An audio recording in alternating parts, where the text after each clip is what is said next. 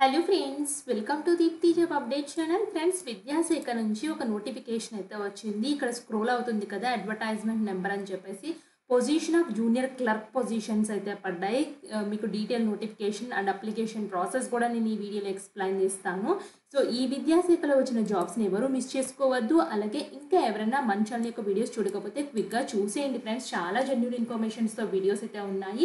మన ఛానల్లో ప్రతి నోటిఫికేషన్ క్విక్గా అయితే పెట్టేస్తాము. అప్లికేషన్ ప్రాసెస్ అలాగే నోటిఫికేషన్ పూర్తి డీటెయిల్స్ అయితే ఎక్స్ప్లెయిన్ చేసిన తర్వాత చివరిలో అప్లికేషన్ ప్రాసెస్ అయితే ఉంటుంది.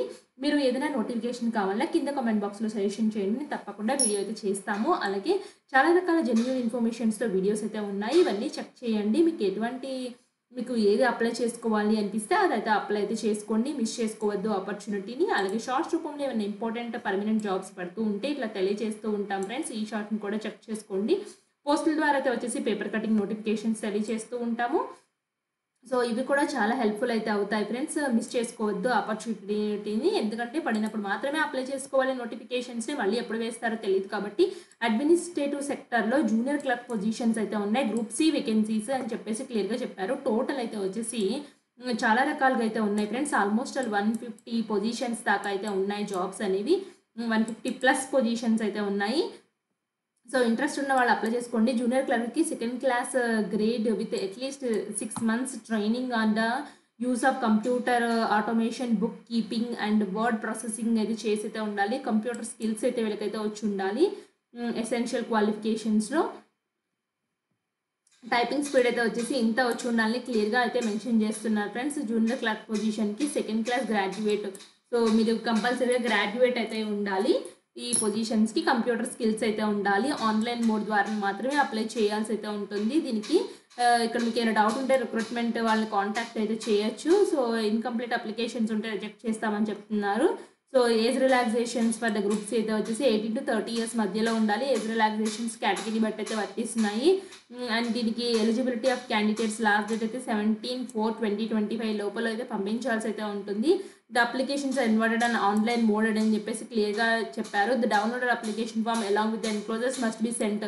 సో వీళ్ళు ఆన్లైన్లో అప్లై చేయడమే కాకుండా మళ్ళీ వీటిని పంపించాలి friends. Register recruitment of assessment cell BHU Varanasi and before 22/4/2025 కల్లా మీ అప్లికేషన్ వాళ్ళకి రీచ్ అయితే అయిపోవాలి. సో ఎలా అప్లై చేయాలో కూడా క్లియర్గా అయితే చూద్దాము. సో లాస్ట్ డేట్ చెప్పాను కదా, 17/4/2025. వాళ్ళకి రీచ్ అవ్వాల్సిన అప్లికేషన్ డేట్ 22/4/2025 మాత్రమే ఉంది. ఆన్లైన్ అప్లికేషన్ ఫిల్ చేయాల్సి అయితే ఉంటుంది. ఎలా ఫిల్ చేయాలో చూద్దాము.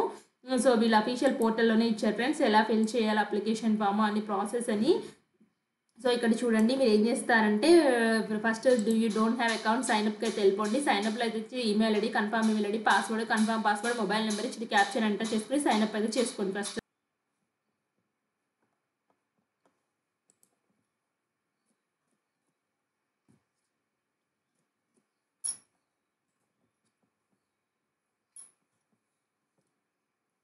ఫ్రెండ్స్, ఈమెయిల్కి వెరిఫికేషన్ మెయిల్ అయితే వచ్చింది. సో వెరిఫికేషన్ లింక్ యాక్టివేట్ చేయడంతో login ID, password, captcha enter చేయమంది. చేసేసాను. ఏ పోస్ట్కి అప్లై చేస్తున్నారు, ఏ ఆర్గనైజేషను, అడ్వర్టైజ్మెంట్ నెంబరు, సో మీ కేటగిరీ ఏంటి, సో మీరు PW అంటే నాట్ అప్లికేబుల్ అయితే పెడుతున్నాను. ఐ హ్యావ్ రెడ్ అడ్వర్టైజ్మెంట్ అని చెప్పేసి ముందుకెళ్తున్నాను. అన్రిజాల్వ్డ్ 80 వేకెన్సీస్ అయితే ఉన్నాయి, అప్లై అయితే చేస్తున్నాను ఫ్రెండ్స్. నెక్స్ట్ అయితే ఈ విధంగా అయితే వస్తుంది. సో ఇక్కడ చూడండి, junior clerk advertisement number edit అయితే వెళ్తున్నాను. ఎడిట్కి వెళ్ళిన తర్వాత ఇక్కడ చూడండి, ఫస్ట్ ఈ స్టెప్స్ అయితే కంప్లీట్ చేయాలి. First personal details, education details, experience details, research details, miscellaneous, NOC అంటే no objection certificate, already permanent employees ఉంటే ఇది పెట్టాలి, అప్లోడ్స్, ప్రివ్యూ, సబ్మిషన్, ఇలా ఈ స్టెప్స్ అన్ని కంప్లీట్ చేయాలి. ఫస్ట్ అయితే వచ్చేసి సాల్యుటేషన్లో మీ first name, middle name, last name, మీ జెండర్ ఏంటో మెన్షన్ చేయండి, మేలా ఫీమేలా, సో మీ నేషనాలిటీ ఏంటి, ఇండియనా, మీ marital status, PAN card number, father name, mother name, country code, మీ మొబైల్ నెంబర్ అయితే వస్తుంది.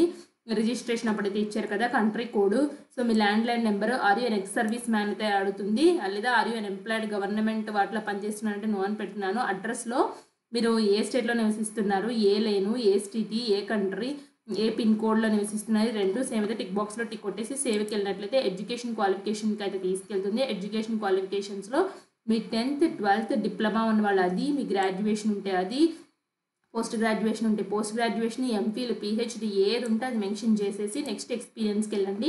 ఎక్స్పీరియన్స్ ఉన్న వాళ్ళు తప్పకుండా ఎక్స్పీరియన్స్ అయితే ఇవ్వండి. ఏ ఆర్గనైజేషన్లో పనిచేస్తారు, ఎంత అమౌంట్ మనీ వచ్చింది మీకు, మీరు ఎందుకు వదిలేశారు, మీరు అవన్నీ డీటెయిల్స్ అయితే ఇవ్వండి. రీసెర్చ్‌లో అయితే వచ్చేసి మీకు ఏమైనా రీసెర్చ్ పేపర్స్ కానీ పబ్లికేషన్స్ ఉంటే ఇవ్వండి. మిస్సెల్లేనియస్‌లో అయితే వచ్చేసి ఇంకా అదర్ డీటెయిల్స్ అయితే ఉంటాయి. మీరు మీరు ఏమైనా డిబార్ చేశారా, కంప్యూటర్ సర్టిఫికేట్ ఉందా మీ దగ్గర, హానర్స్ అవార్డ్స్ ఏమన్నా ఉన్నాయా, అడ్మినిస్ట్రేటివ్ మాల్ ప్రాక్టీస్ ఏమన్నా చేశారా, ఇలాంటి అయితే అన్ని నో అని అయితే పెట్టేయండి.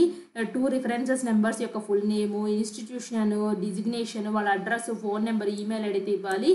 సో మీరు కాలేజ్లో చదివినట్టయితే యూనివర్సిటీ ప్రొఫెసర్స్ కానీ లెక్చరర్స్ అయితే ఇవ్వండి. లేదా మీరు హయ్యర్ అయితే జాబ్ చేసినట్లయితే హయ్యర్ అథారిటీస్ యొక్క నెంబర్ ఇవ్వండి. లాంగ్వేజెస్ ఎన్ని చదవడం, రాయడం, మాట్లాడడం వచ్చి ఇచ్చేసేసి ఎన్ఓసి డిక్లరేషన్కి అయితే వెళ్ళండి. ఎన్ఓసి అయితే వచ్చేసి నో అబ్జెక్షన్ సర్టిఫికేట్ ఉన్న వాళ్ళు ఇవ్వండి. లేదు అనుకుంటే మాత్రం ఇక్కడ నాట్ అవైలబుల్ దగ్గర టిక్ బాక్స్లో టిక్ కొట్టేస్తే ఇక్కడ డిక్లరేషన్ ఇలా చూపిస్తుంది. డిక్లరేషన్ దగ్గర సేవ్ అని కొట్టేయండి. తర్వాత అప్లోడ్స్ అయితే కనిపిస్తాయి.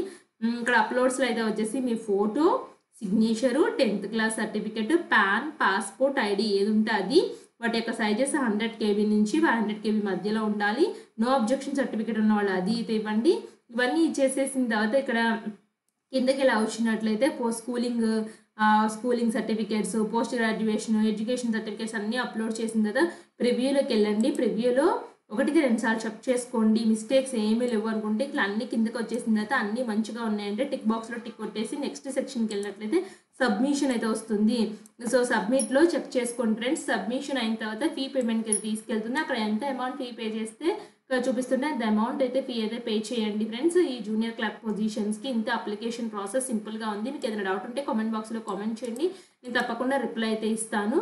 చాలా సింపుల్గా ఉంది అప్లికేషన్ ప్రాసెస్. సో ఎటువంటి డౌట్ ఉన్నా నాకైతే తెలియచేయండి. అండ్ సబ్స్క్రైబ్ చేయకుండా చూస్తుంటే మాత్రం సబ్స్క్రైబ్ చేసి సపోర్ట్ చేయండి. Thanks for watching.